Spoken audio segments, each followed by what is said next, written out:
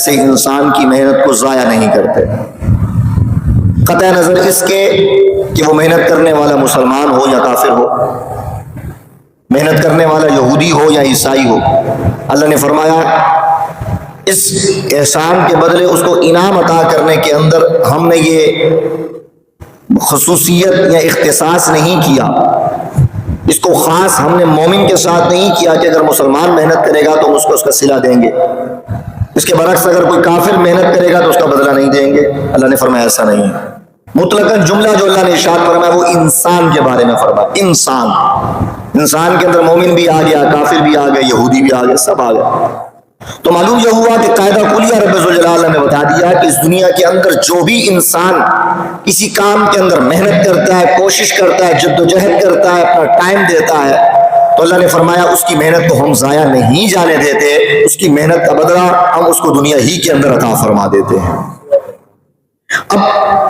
کچھ لوگ ایسے ہیں کہ جن کو دنیا کے اندر عطا ہو جاتا ہے، آخرت کے اندر ان کا کوئی حصہ نہیں ہوتا۔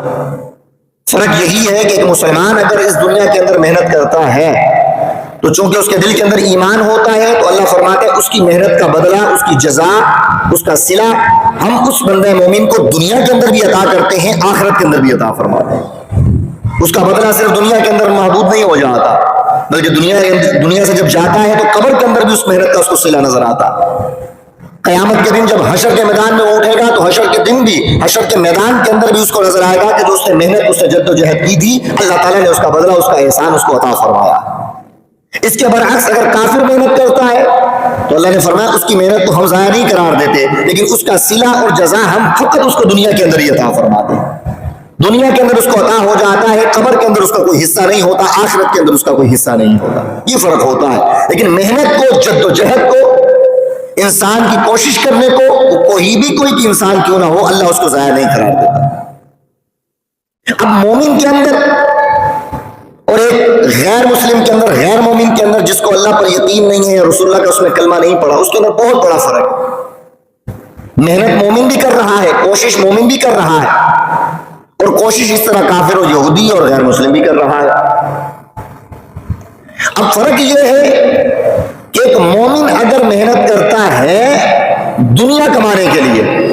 تو کوشش تو وہ کر ہی رہا ہے، تو اللہ فرماتا ہے اس کو دنیا مل جائے گی۔ لیکن صرف دنیا ہی کی نیت کرنے سے اگر وہ کوشش کرتا ہے، دنیا کے اندر لگا رہتا ہے، مال و دولت کے اندر لگا رہتا ہے، دنیا کمانے کے اندر لگا رہتا ہے، اور وہ آخرت کی پرواہ نہیں کرتا، اللہ کی رضا کو مد نظر نہیں رکھتا کہ میرے اس کام کے اندر کرنے کے اندر اللہ مجھ سے راضی ہو جائے، فرمایا دنیا تو پھر بھی اس کو مل جائے گی، دنیا کے اندر دولت اس کو پھر بھی مل جائے گی۔ یہی وجہ ہے کہ ہم اپنی زندگی کے اندر ہم دیکھتے ہیں کہ ہم کام کر رہے ہیں۔ اگر ہم اپنے بزرگوں کو دیکھیں کہ ایک انسان ہے، اگر وہ کافر ہونے کے باوجود، یعنی کافر ہو کر کفر کی حالت میں اگر جد و جہد کرتا ہے، صلہ اس کو پھر بھی مل رہا ہے۔ مسلمان اگر محنت کر رہا ہے، صلہ اس کو پھر بھی مل رہا ہے۔ تو فرق یہ ہوگا کہ مسلمان، اللہ نے اس کے بارے میں یہ بات ارشاد فرمائی کہ اگر وہ دنیا کے اندر محنت کرتا ہے تو اس کا صلہ اس کو دنیا میں بھی ملتا ہے، آخرت میں بھی ملتا ہے۔ تو یقینی طور پر ایک مسلمان کا، ایک مومن کا دنیا کے اندر کام کرنے کا، دنیا کے اندر جد و جہد کرنے کی نیت اس کی دنیا بھی ہونی چاہیے کہ دنیا کے اندر بھی مجھے فائدہ ہو، لیکن کہیں نہ کہیں بلکہ بنیادی طور پر دنیا کے اندر جد و جہد کرنے کے اندر اس کی نیت، اس کا ارادہ یہ بھی ہونا چاہیے، بلکہ ہونا ہی یہ چاہیے کہ میں جو دنیا کما رہا ہوں اس کے بدلے اللہ مجھ سے راضی ہو جائے۔ کیونکہ رب نے ایک مسلمان کے لیے دو پہلو رکھے کہ دنیا میں بھی فائدہ ہوگا، آخرت میں بھی فائدہ ہوگا۔ تو ہمیں چاہیے جب ہم دنیا کے اندر کام کریں تو دونوں چیزوں کو مد نظر رکھیں، دنیا کو بھی مد نظر رکھیں، آخرت کو بھی مد نظر رکھیں۔ اگر ہم فقط دنیا کو مد نظر رکھیں گے تو انما الاعمال بالنیات، اعمال کا دار و مدار نیت پر ہوتا ہے۔ اللہ فرماتا ہے اگر تم نے دنیا کے اندر جد و جہد، کوشش کی، محنت کمائی کی اور اس سے فقط تمہاری نیت دنیا ہوگی تو نیت کے مطابق تمہیں دنیا تو مل جائے گی، لیکن آخرت میں تمہارا کوئی حصہ نہیں ہوگا۔ اب یہی وجہ ہے کہ صحابہ کرام کو ہم دیکھیں، ان کی زندگیاں بھی دنیا کے اندر گزری، انہوں نے بھی دولت کمائی، انہوں نے بھی مال کمایا، لیکن فرق کیا تھا ان میں اور ہم میں؟ صحابہ کرام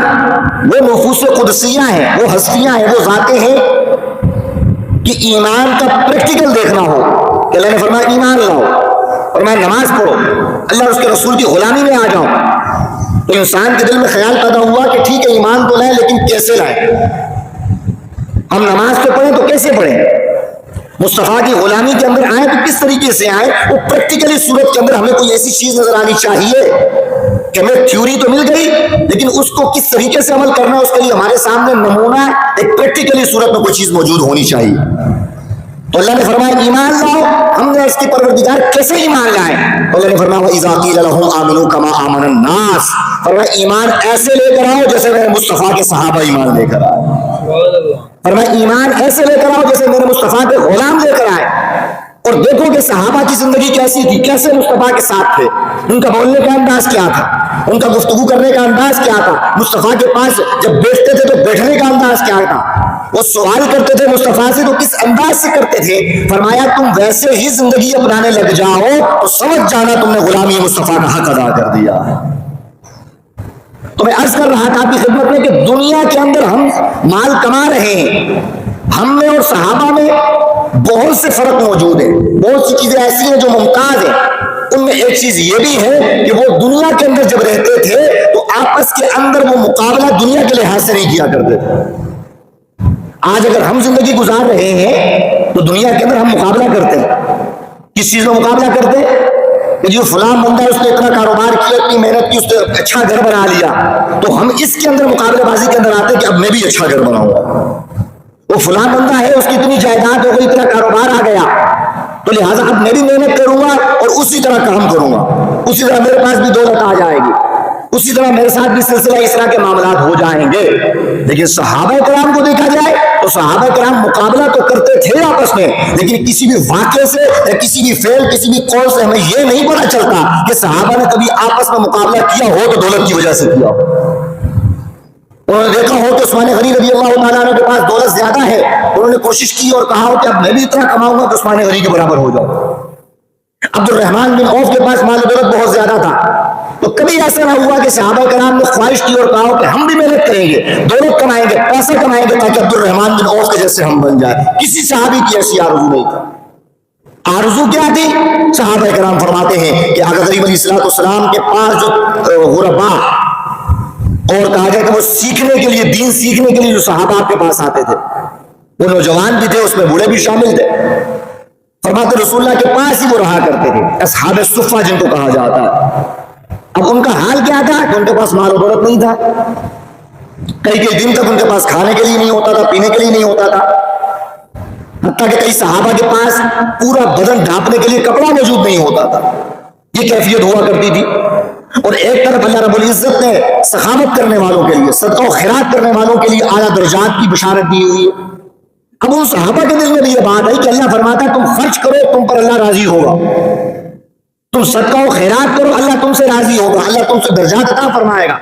جنت کے اندر اعلیٰ مقام عطا فرمائے گا۔ تو وہ تمام صحابہ کے جن کے پاس مال و دولت نہیں تھی، جن کے پاس اس طرح کا کوئی مال نہیں تھا کہ وہ خرچ کر کے ان صحابہ یا ان فضیلت کے حامل ہو سکتے کہ جن کے بارے میں اللہ نے قرآن میں فرمایا دولت تو میرے پاس ہے نہیں، وہ تمام صحابہ گئے بارگاہ مصطفیٰ میں، آگر عرض کیا کہ یا رسول اللہ صلی اللہ علیہ وسلم، یہ جو سخی لوگ ہیں جن کے پاس مال و دولت ہے، عثمان غنی ہو گئے، عبد الرحمن بن عوف ہو گئے، فاروق اعظم ہو گئے، ابو بکر صدیق ہو گئے، دیگر اصحاب کے جن کے پاس مال و دولت تھا، لیکن وہ اصحاب جو ہجرت کر کے آ گئے، سب کچھ تو مکہ میں چھوڑ کر آ گئے تھے، ان کے پاس مال و دولت دوسرا نہیں تھا۔ تو عرض کی کہ یا رسول اللہ صلی اللہ علیہ وسلم، نمازیں پڑھنے کے اندر تو ہم ان کے ساتھ برابر ہیں کہ ہم بھی 5 وقت نماز پڑھتے ہیں، وہ بھی پڑھتے ہیں، جتنا ثواب ہمیں مل رہا ہے ان کو بھی مل رہا ہے، اور روزے رکھنے کی باری آتی ہے تو ہم بھی روزے رکھ لیتے ہیں، وہ بھی روزے رکھ لیتے ہیں، ان کو بھی ثواب ملتا ہے، ہمیں بھی ثواب ملتا ہے۔ لیکن یا رسول اللہ صلی اللہ علیہ وسلم جب خرچ کرنے کی باری آتی ہے، اللہ فرماتا ہے من جاء بالحسنۃ فلہ عشر امثالها، کہ جو بندہ 1 روپیہ خرچ کرتا ہے اللہ اس کا صلہ اور جزا جو ہے وہ 1 کا بدلہ 1 نہیں دیتا، فلہ عشر امثالها، اس کی جگہ اس کو 10 انعامات عطا فرماتا ہے۔ ثواب 1 روپیہ خرچ کیا، ثواب اس کو 10 روپے کا مل رہا ہے۔ تو عرض کی کہ یا رسول اللہ صلی اللہ علیہ وسلم، ہم ان تمام عبادات میں تو ان صحابہ کے برابر ہیں، لیکن خرچ کرنے کے اندر ہم ان سے کم ہو جاتے ہیں، ہمارے پاس مال و دولت نہیں، وہ مال و دولت خرچ کر کے اعلیٰ منصب یا اعلیٰ درجات اور بلندی درجات کا سبب بن جاتے ہیں، ہمارے پاس وہ نہیں ہے۔ تو یا رسول اللہ کرم فرمائے کہ ہمارا بھی درجہ کچھ ہو جائے، کوئی ایسا سیکرٹ، کوئی راز بتائیں ہمیں، کوئی فارمولہ بتائیں کہ مال و دولت نہ ہونے کے باوجود ہی ہمارا مقام و مرتبہ ان کے جیسا ہو جا۔ تو آقا کریم علیہ السلام نے ارشاد فرمایا ٹھیک ہے تمہیں میں ایک طریقہ بتاتا ہوں۔ وہ کیا؟ فرمایا تمہارے پاس مال و دولت نہیں کہ تم خرچ کر کے ان کے جیسا مقام حاصل کر سکو، دولت نہیں، زکوٰۃ تم دے نہیں سکتے، صدقہ و خیرات تم کر نہیں سکتے، غریبوں کی مدد کر نہیں سکتے، خود ہی یعنی کہ آپ کے پاس مال و دولت نہیں ہے۔ فرمایا ایک طریقہ یہ ہے، وہ کیا؟ فرمایا ایسا کیا کرو کہ ہر نماز کے بعد تسبیح فاطمہ پڑھا کرو، 33 مرتبہ سبحان اللہ، 33 مرتبہ الحمدللہ، اور 34 مرتبہ اللہ اکبر، یا 33 مرتبہ اللہ اکبر۔ فرمایا یہ تسبیح فاطمہ ہے، اگر تو تم ہر نماز کے بعد یہ تسبیح پڑھ لو گے تو اللہ تمہیں وہی ثواب عطا فرمائے گا جو ان کو مال و دولت خرچ کرنے کی وجہ سے عطا ہوتا۔ فرمایا تم یہ پڑھو، اللہ تمہیں وہ درجہ عطا فرما دے گا۔ صحابہ کرام خوش ہو گئے اس بات پر کہ وہ لاکھوں روپیہ خرچ کر رہے ہیں، آج سمجھانے کے لیے وہ لاکھوں روپیہ خرچ کر رہے ہیں، ان کو وہ مقام مل رہا ہے، وہ ہر نماز کے بعد تسبیح فاطمہ مل رہے ہیں، وہی مقام ان کو بھی مل رہا ہے۔ وہ تمام صحابہ اصحاب صفہ بڑے خوش ہیں، وہ غرباء اور فقراء صحابہ بڑے خوش ہیں۔ چند دن گزرے کہ پھر رسول اللہ علیہ السلام کے پاس وہی صحابہ حاضر ہوا اور آ کر عرض کیا کہ یا رسول اللہ، وہ جو بات تھی آپ نے ارشاد فرمائی تھی مقام و مرتبہ حاصل کرنے والی، ہم اس پر عمل تو کر رہے تھے لیکن اب وہ بات لیک ہو چکی ہے، یعنی کہ ہم عمل کرتے تھے تو دیگر صحابہ نے بھی ہمیں دیکھ کر وہ عمل کرنا شروع کر دیا، تو لہٰذا وہ صحابہ کہ جن کو مقام و مرتبہ مال خرچ کرنے کی وجہ سے ملتا تھا، صدقہ و خیرات کرنے کی وجہ سے ملتا تھا،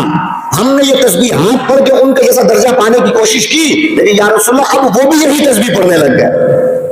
وہ بھی ہر نماز کے بعد یہی تسبیح پڑھنے لگ گئے ہیں، تو یا رسول اللہ اب ہم ان کے مقابلے میں کیسے آ سکتے ہیں؟ اس لیے کہ وہ درجہ ان کو پہلے مل رہا تھا، تسبیح فاطمہ پڑھنے کی وجہ سے ان کا مزید درجہ اللہ نے بلند فرما دیا۔ یا رسول اللہ اب ہم کیا کریں؟ کوئی اور فارمولہ عطا فرمائے؟ آقا کریم علیہ السلام نے فرمایا ذالک فضل اللہ یؤتیہ من یشاء، فرمایا یہ تو اللہ کا فضل ہوتا ہے جسے چاہے عطا فرما دیتا ہے۔ تو عرض کرنے کا مقصد یہ کہ واقعہ کہ اللہ فرما رہا ہے کہ ایمان ایسے لے کر آؤ جیسے میرے مصطفیٰ کے صحابہ ایمان لے کر آئے، اور صحابہ کی زندگی کو ہم دیکھ رہے ہیں کہ وہ آپس میں مقابلہ کر رہے ہیں، ایک دوسرے کے ساتھ مقابلہ کر رہے ہیں، ایک دوسرے سے آگے بڑھنے کی ان کے اندر کوشش ہے، جدوجہد ہے، لیکن وہ کس چیز کی جدوجہد ہے؟ وہ اس چیز کی جدوجہد نہیں ہے کہ فلاں صحابی نے گھر بنا لیا تو اب میں بھی کوشش کروں گا میں بھی گھر بنا لوں، اس نے 2 منزل گھر بنایا تو اب میں کوشش کروں گا، جدوجہد کروں گا، کام زیادہ کروں گا اور 3 منزلہ بنانے کی کوشش کروں گا۔ وہ فلاں شخص نے ایک مسلمان نے گاڑی لے لی تو اب میں کوشش کروں گا، مقابلہ کروں گا تو اس سے اچھی گاڑی لینے کی کوشش کروں گا، اس کے پاس مہینے کتنی آمدن آ رہی ہے تو لہٰذا میں کوشش کروں گا اور کیا کروں گا؟ اس سے زیادہ آمدن کمانے کی کوشش کروں گا۔ یہ فرق ہے صحابہ اور ہمارے درمیان، یہی وجہ ہے کہ آج ہمارا اس دنیا کے اندر مقابلہ دنیا کے لیے ہوتا ہے، اس لیے ہمارا مقام و مرتبہ نہیں بڑھ رہا، ہمیں وہ فضیلتیں نہیں مل رہی۔ وہ صحابہ تھے کہ جن کی عظمتوں کو سلام ہو کہ دنیا کے اندر تو رہتے تھے لیکن مقابلہ وہ دنیا کے لیے نہیں کرتے تھے، اللہ کا قرب حاصل کرنے کے لیے کر رہے ہوتے۔ یہی وجہ ہے کہ جب ان کے اندر یہ صفات پائی جاتی تھی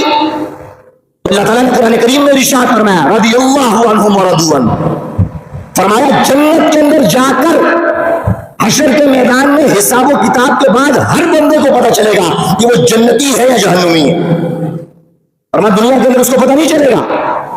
یہ امتحان چل رہا ہے، ٹیسٹ ہوگا، سارے معاملات ہوں گے، سلسلہ ہوگا، حشر کا بعد میں پتہ چلے گا کہ کون جنتی ہے کون جہنمی ہے۔ لیکن فرمایا یہ میرے صحابہ مصطفیٰ کے صحابہ جنہوں نے اپنے اندر یہ صفت پیدا کر لی کہ یہ دنیا میں رہ تو رہے ہیں لیکن ایک دوسرے سے بڑھنے کی کوشش، اللہ کا قرب ہے، فرمایا یہ ادا مجھے اتنی پسند آئی ہے کہ ہر مسلمان کو، ہر انسان کو قیامت کے دن پتہ چلے گا کہ وہ جنتی ہے کہ جہنمی ہے۔ لیکن آج 1400 سال پہلے اللہ نے فرمایا میں ان کو بشارت دے رہا ہوں کہ میرے مصطفیٰ کے جتنے صحابہ ہیں دنیا کے اندر رہتے ہوئے ان کو جنت کا پروانہ عطا ہو گیا۔ اللہ اکبر، یا رسول اللہ، تو آپ اندازہ فرمائیں کہ آپ نے اگر دنیا کمانی ہے، دنیا داری کے لحاظ سے اپنا محاسبہ کریں، اپنے آباء و اجداد کا محاسبہ کریں، وہ لوگ کہ جنہوں نے اپنی زندگی کام میں لگا دی، مال و دولت کمایا، گھر بنایا، بزنس کیا اور خوشحالی کے ساتھ وہ سمجھ رہے کہ آج ہم ریٹائرمنٹ کی زندگی گزار رہے ہیں، لیکن ہم نے دن کو دن نہ سمجھا تھا، ہم نے رات کو رات نہ سمجھا، ہم نے خون پسینہ کیا اور اتنی دولت کمائی، اتنا مال کمایا۔ تو آپ اندازہ کریں کہ اس دنیا کو کمانے کے لیے کتنی محنت کرنی پڑی آپ کو. خود اپنا محاسبہ کریں کہ ہم نے کیا نہ کیا. بھوکیں ہم نے برداشت کی, نیندوں کو ہم نے قربان کیا, ہم نے دھوپ نہیں دیکھی, آرام نے دیکھا, اپنے ہر چیز ہم نے قربان کر دیا, کوشش کی, جد و جہد کی, تب جا کر یہ دنیا ہمیں اتنی حاصل ہوئی کہ ہم آج آرام کی زندگی گزار رہے ہیں. اللہ نے یہی بات ارشاد فرمائی, فرمایا تم غور کرو اس بات پر کہ جس کو کمانے کے لیے تم پوری زندگی لگا دیتے ہو اور پھر جا کر تمہیں تھوڑی سی دنیا ملتی ہے, اور وہ دنیا کی حیثیت, دنیا کی وقعت اللہ کے نزدیک کیا ہے. آقا کریم علیہ السلام نے ارشاد فرمایا اس دنیا کی حیثیت اللہ کے نزدیک مکھی کے پر کے برابر بھی نہیں. فرمایا مکھی کا پر ہوگا, اللہ کے نزدیک اس کے پر کی زیادہ حیثیت ہے, اللہ کے نزدیک اس پر کا زیادہ مقام ہے, لیکن اس دنیا کا مقام اللہ کے نزدیک نہیں. رسول اللہ نے فرمایا تمہارے سامنے اگر بکری مر جائے, صحابہ کو سمجھانے کے لیے آپ نے فرمایا اگر تمہارے سامنے بکری مر جائے اور بدبو آنے لگ جائے اس کے اندر سے, وہ کچرا کنڈی کے اندر پڑی ہوئی ہو, تو فرمایا تم اس کے قریب جاؤ گے کہ دور آؤ گے. صحابہ نے عرض کی کہ رسول اللہ یقینی طور پر اس سے بدبو آ رہی ہے, تعفن پھیل رہا ہے, تو اس کے تو قریب کوئی نہیں جائے گا, اس کی بدبو سے دور دور انسان بھاگے گا. تو آقا کریم علیہ السلام نے ارشاد فرمایا لوگوں دنیا کی مثال بھی اس مردہ بکری کی طرح ہے. فرمایا یہ دنیا کی مثال بھی اس مردہ بکری کی طرح ہے. یعنی تمہیں چاہیے کہ مردہ بکری سے جس طرح تم دور بھاگتے ہو, تمہیں چاہیے کہ دنیا سے بھی دور بھاگو. اس کی آرزو, اس کی خواہشیں اپنے اندر پیدا نہ کرو. یہ مکان ہے رسول اللہ کے نزدیک دنیا کا, اللہ کے نزدیک مکھی کے پر کے برابر بھی اس کی طاقت نہیں, اس کی وقت نہیں. تو ایسی چیز کہ جس کی وقت اللہ کے نزدیک مکھی کے پر کے برابر نہ ہو, مصطفیٰ کے نزدیک مردار بکری کی طرح ہو, اس کو کمانے کے لیے, اس کو حاصل کرنے کے لیے ہم اپنی پوری زندگی لگا دیتے ہیں. اس کو حاصل کرنے کے لیے ہم اپنا خون پسینہ لگا دیتے ہیں, تب جا کر ہمیں یہ تھوڑی سی چیز حاصل ہوتی ہے. تو وہ چیز کہ جس کو اللہ رب العزت نے مقام و مرتبے والا بنایا, اللہ نے فرمایا دنیا کی حیثیت کوئی نہیں ہے, ان کی چیزوں کی حیثیت کوئی نہیں ہے. انسان کی کامیابی یہ ہے کہ جب اس کو میری معرفت حاصل ہو جائے. جس بندہ مومن کو دنیا کے اندر رہتے ہوئے میری معرفت حاصل ہو گئی, میری پہچان حاصل ہو گئی, اللہ نے فرمایا یہ بہت بڑا مقام ہے,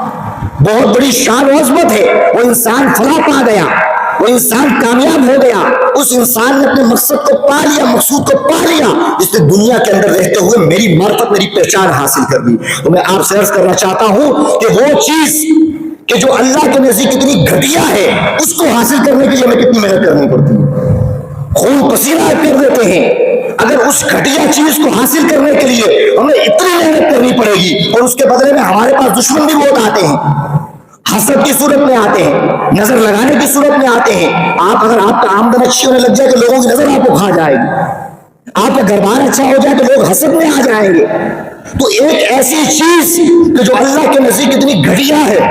مصطفیٰ کے نزدیک جس کی وقت ہی نہیں, اس کو حاصل کرنے کے لیے ہم اتنی جد و جہد کرتے ہیں. تو میرے دوستوں بزرگوں, جب ہم اس مقام کو حاصل کرنا چاہیں گے جس کو رب فرما رہا ہے کہ یہ کامیابی کا مقام ہے, جب اس کو حاصل کرنے کی کوشش کریں گے تو سوچیں کہ ہمارے لیے کتنی مشکلات آئیں گی, سوچیں کہ ہمیں کتنی محنت کرنی پڑے گی. قرآن کریم میں رب ذوالجلال نے یہی بات ارشاد فرمائی لا اقسم بهذا البلد, فرمایا قسم ہے مجھے اس شہر کی, وانت حل بهذا البلد, فرمایا محبوب اس لیے کہ تیرا گزر وہاں پر ہوا, ووالدی وما ولد, تیرا بلوغ, تیری ولادت یہاں پر ہوئی. ایک عام بات انسان کر رہا ہو اور ایک بات کرتے ہوئے انسان قسم اٹھا لے, تو دونوں باتوں کے اندر, دونوں بیانوں کے اندر زمین آسمان کا فرق ہوتا ہے. ایک عام آدمی آپ سے بات کر رہا ہے, قسم نہیں اٹھا رہا, تو آپ کہیں گے سنجیدگی اختیار کریں گے لیکن اتنا توجہ نہیں ہوگی آپ کی. لیکن اگر وہ کہے کہ میں قسم کھاتا ہوں, تو آپ کی توجہ اس کی طرف بڑھ جائے گی. آپ کہیں گے یہ قسم کھا رہا ہے تو یقینی طور پر اس بات کے اندر کوئی بڑی بات چھپی ہوئی ہے. سنجیدگی سے اس بات کو دیکھیں گے, یہ تو میں عام آدمی کی بات کر رہا ہوں. رب ذوالجلال کوئی عام حکم بھی ارشاد فرمائے, اسی کے اندر بھی سنجیدگی ہوتی ہے, وہ حق ہوتا ہے, وہ سچ ہوتا ہے, لیکن وہ بات کتنی اہمیت والی ہوگی کہ جس کو بیان کرنے کے لیے رب قسمیں اٹھا رہا ہے. اللہ نے فرمایا لا اقسم بهذا البلد وانت حل بهذا البلد, فرمایا لوگوں مجھے شہر مکہ کی قسم, اس سرزمین کی قسم جس میں مصطفیٰ کے قدم لگے, اس سرزمین کی قسم کے جس میں مصطفیٰ کی ولادت ہوئی، تو ہم نے کان لگا کے سنا کہ پروردگار بہت بڑی بات ارشاد فرمانے والا ہے۔ آگے کیا فرمایا؟ لقد خلقنا الانسان فی کبد، فرمایا تم سمجھتے ہو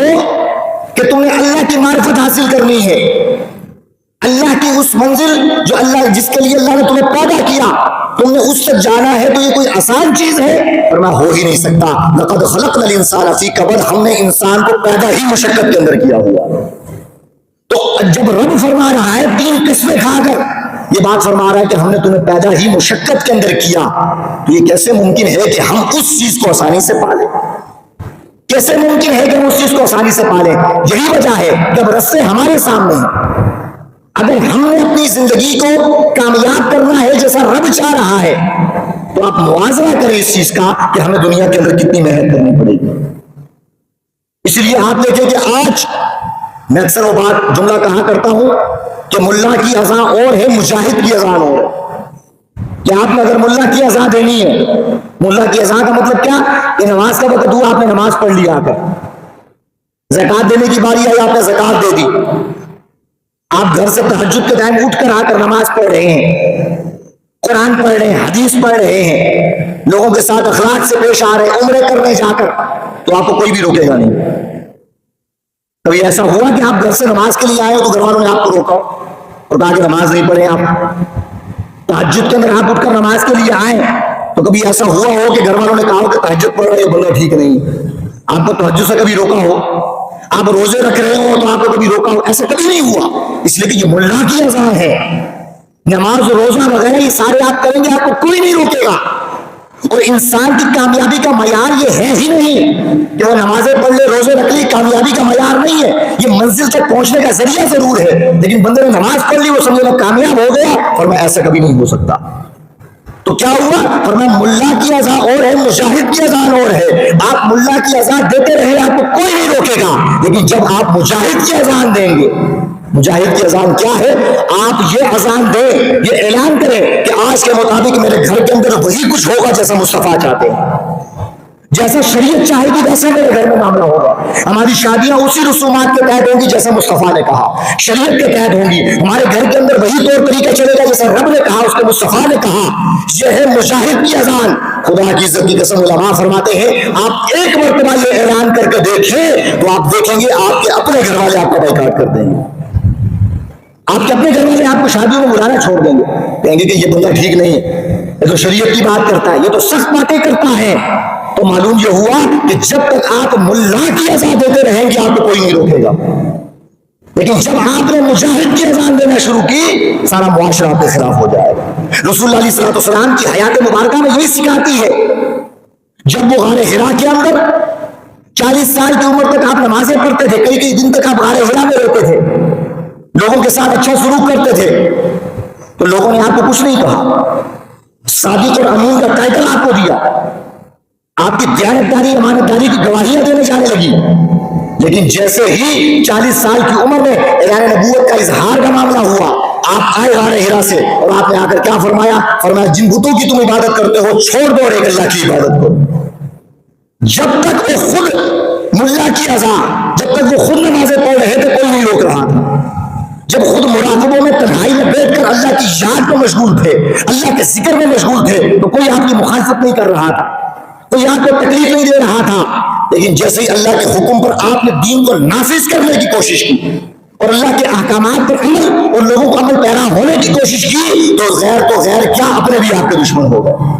ابو جہل، ابو لہب، یہ سارے کون تھے؟ یہ آپ کے اپنے جاننے والے تھے، وہ سارے کے سارے دشمن ہو گئے۔ تو اگر آج کامیابی کا معیار تمہیں پتہ چل گیا کہ دنیا کے اندر رہتے ہوئے انسان وہی کامیاب ہوگا جو اللہ کا قرب حاصل کرے گا، جو اللہ کے احکامات کو، اللہ کی شریعت کو اپنے اوپر نافذ کرنے کی کوشش کرے گا، لیکن اس شریعت کو نافذ کرنے سے پہلے اپنے دماغ میں، اپنے دل کے اندر یہ بات بٹھا لیں کہ ایسا نہیں ہوگا کہ آپ شریعت پر عمل کرنا شروع کر دیں تو آپ کو اپریشیٹ کیا جائے گا۔ آپ گھر میں بات کریں گے کہ جی آج گھر کے اندر وہی سب کچھ ہوگا جو شریعت چاہتی ہے، تو آپ کو اپریشیٹ کیا جائے گا، کبھی ایسا نہیں ہوگا۔ اگر امام الانبیاء کو اپریشیٹ نہیں کیا گیا تو آپ کو کیسے اپریشیٹ کیا جائے گا؟ 13 سال تک امام الانبیاء نے مکہ کے اندر تبلیغ کا کام کیا. نتیجہ کیا نکلا؟ 13 سال کے بعد آپ کو ہجرت کر کے وہ مکہ چھوڑ کر، وہ بستی چھوڑ کر، گھر بار چھوڑ کر، بیوی بچے چھوڑ کر آپ کو مدینہ کی طرف جانے کا حکم ہوا. تو جب آپ نے شریعت کو نافذ کرنا ہے تو آپ کبھی یہ دماغ میں نہ سمجھیں کہ ہم شریعت پر عمل کریں گے تو ہمارے لیے آسانیاں پیدا ہوں گی. نہیں، یہ کام انبیاء کا ہے، یہ کام صحابہ کا ہے. تو اس کام پر، اس نقش قدم پر چلنے سے پہلے دیکھ لینا کہ امام الانبیاء کا حال کیا ہوا، صحابہ کا حال کیا ہوا، علماء اور ائمہ اور اولیاء کا حال کیا ہوا جنہوں نے اس نقش قدم پر چل کے اس کام کو آگے پہنچانے کی کوشش کی. اور یہ کام کسی کہا جائے کہ علماء کا نہیں ہے. آپ سمجھے کہ دین کا کام پھیلانا ہے، یہ ائمہ کا، اماموں کا کام ہے، یہ عالموں کا کام ہے، یہ ہمارا کام ہے ہی نہیں. یہ تو اولیاء کا کام ہے جن کا تعلق دین کے ساتھ ہے، ان کا کام ہے، ہمارا کام نہیں ہے نفاذ کرنا. بلکہ ایسا نہیں ہے. کلمہ پڑھنے کے بعد، مسلمان ہونے کے بعد، ایک مسلمان کے کندھوں پر رب ذوالجلال کی طرف سے جو سب سے پہلا فریضہ آتا ہے، سب سے پہلی جو ڈیوٹی آتی ہے وہ یہی آتی ہے کہ جس رب کا کلمہ پڑھ کے تم نے رب کو رب مانا ہے، اب اپنے ارد گرد اور پورے معاشرے کے اندر اس رب کا حکم نافذ کرنے کی کوشش کرنا چاہیے.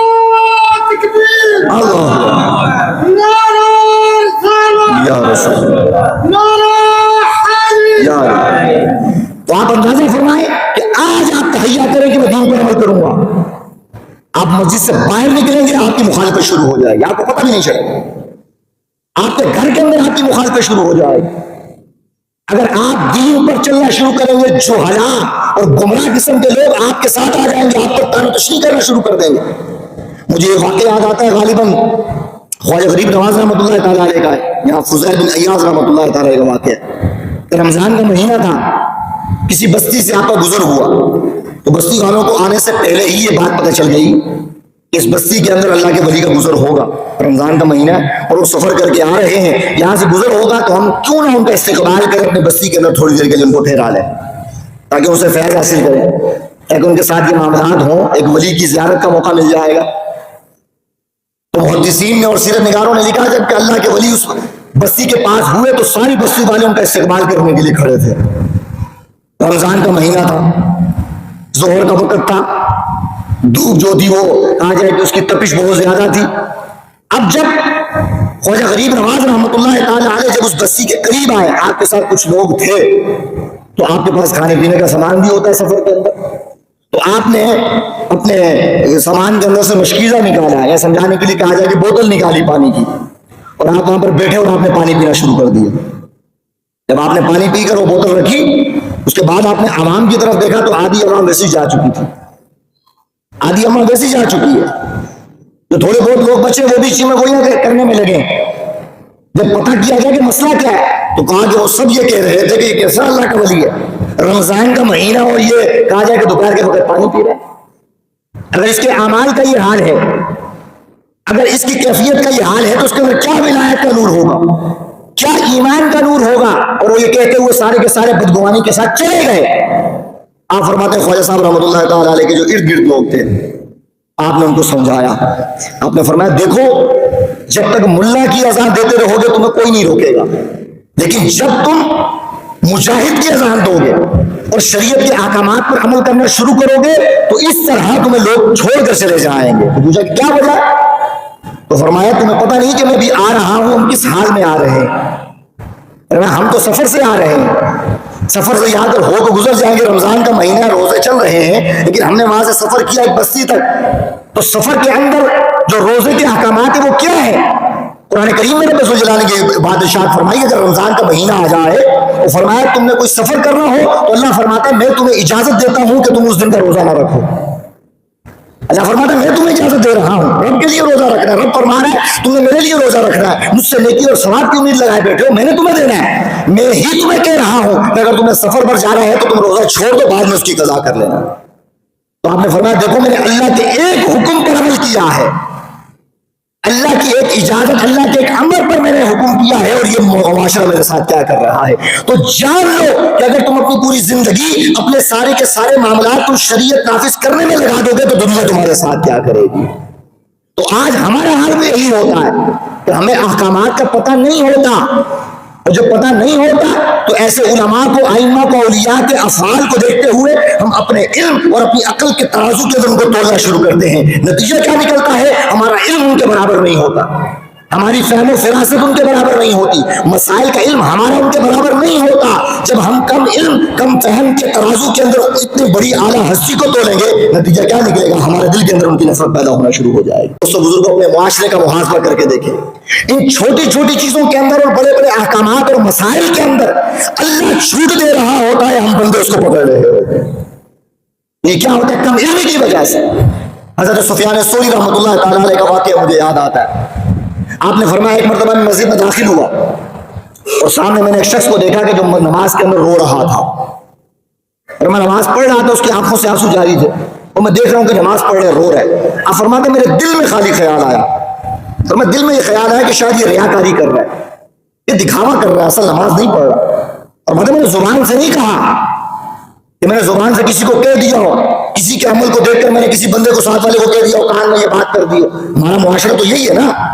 کہ اگر کسی کے اندر ہمیں غلطی نظر آ رہی ہوگی تو اس کو بتانے کی بجائے پورے معاشرے کو ہم بتاتے ہیں. بعد میں پتہ چلتا ہے وہ غلطی تھی ہی نہیں، یہ بدگمانی کی میں بات کر رہا ہوں. سفیان ثوری جو ولایت کے اعلیٰ مرتبے پر فائز ہے، آپ فرماتے ہیں کہ ایک مرتبہ مسجد میں داخل ہوا، ایک شخص کو نماز پڑھتے ہوئے میں نے دیکھا اور وہ رو رہا تھا، آنسو جاری تھے. آپ فرماتے جیسے میں نے اس کو دیکھا میرے دل میں ایک خیال پیدا ہوا کہ یہ ریاکاری کر رہا ہے،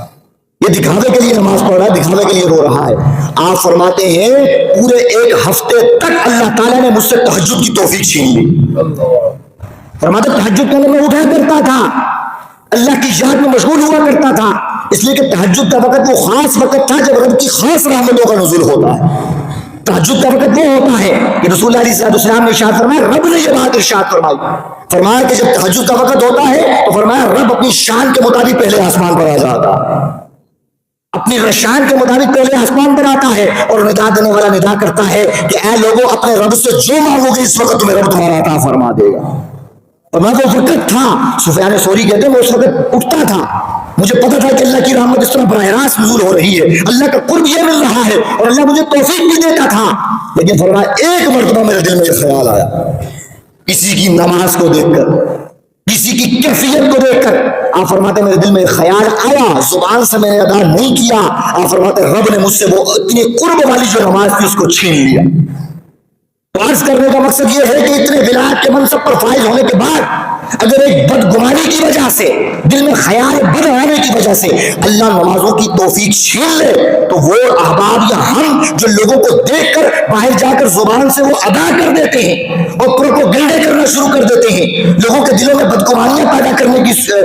کوشش کرتے ہیں، تو سوچے پھر رب کتنا ناراض ہوگا اور کیا توفیق ہم سے چھین لے گا. پھر آپ بستر پڑے رہیں گے، آپ کو سکون نہیں آئے گا،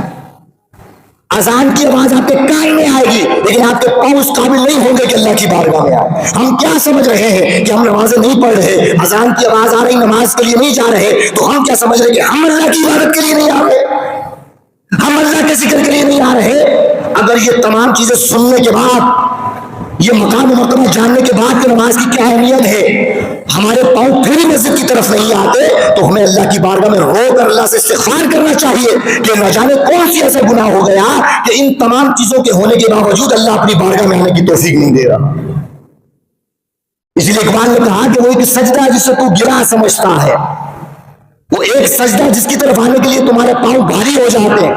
دو سجدے کرنے کے لیے پاؤں بھاری ہو گئے. فرمایا جب ایک سجدے سے تم بھاگتے ہو تو زمانے میں ہر جگہ تمہیں جھکنا پڑ رہا ہوتا ہے، زمانے میں ہر شخص کے سامنے تمہیں گردن جھکانی پڑ رہی ہوتی ہے، ہر ایک کے سامنے تمہیں ہاتھ پھیلانا پڑ رہا ہوتا ہے. وجہ یہ ہے کہ تمہیں پتہ نہیں کہ جس بارگاہ کے اندر آتا تھا اس بارگاہ نے تمہیں ہر ایک کے اس بارگاہ سے ہٹانے کے لیے حکم ارشاد فرما دیا.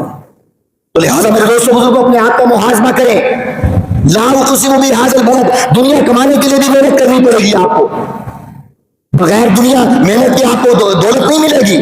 بغیر محنت کی آپ کی شہرت نہیں ہوگی، عیش و آرام کی زندگی آپ کو بغیر محنت نہیں ملے گی. آپ کو یہ گھٹیا دنیا کمانے کے لیے بھی محنت کرنی پڑے گی. لیکن اگر محنت کے اندر ہم صرف یہ کر لیں کہ دنیا کی نیت بعد میں ہو، پہلی اس کمائی، اس عمل، اس فعل کے ذریعے رب کا قرب ہو، تو رب کا قرب مل جائے گا اور اللہ کی عطا کردہ ساری نعمتیں بھی ہمیں مل جائیں گی. رب جلال سے دعا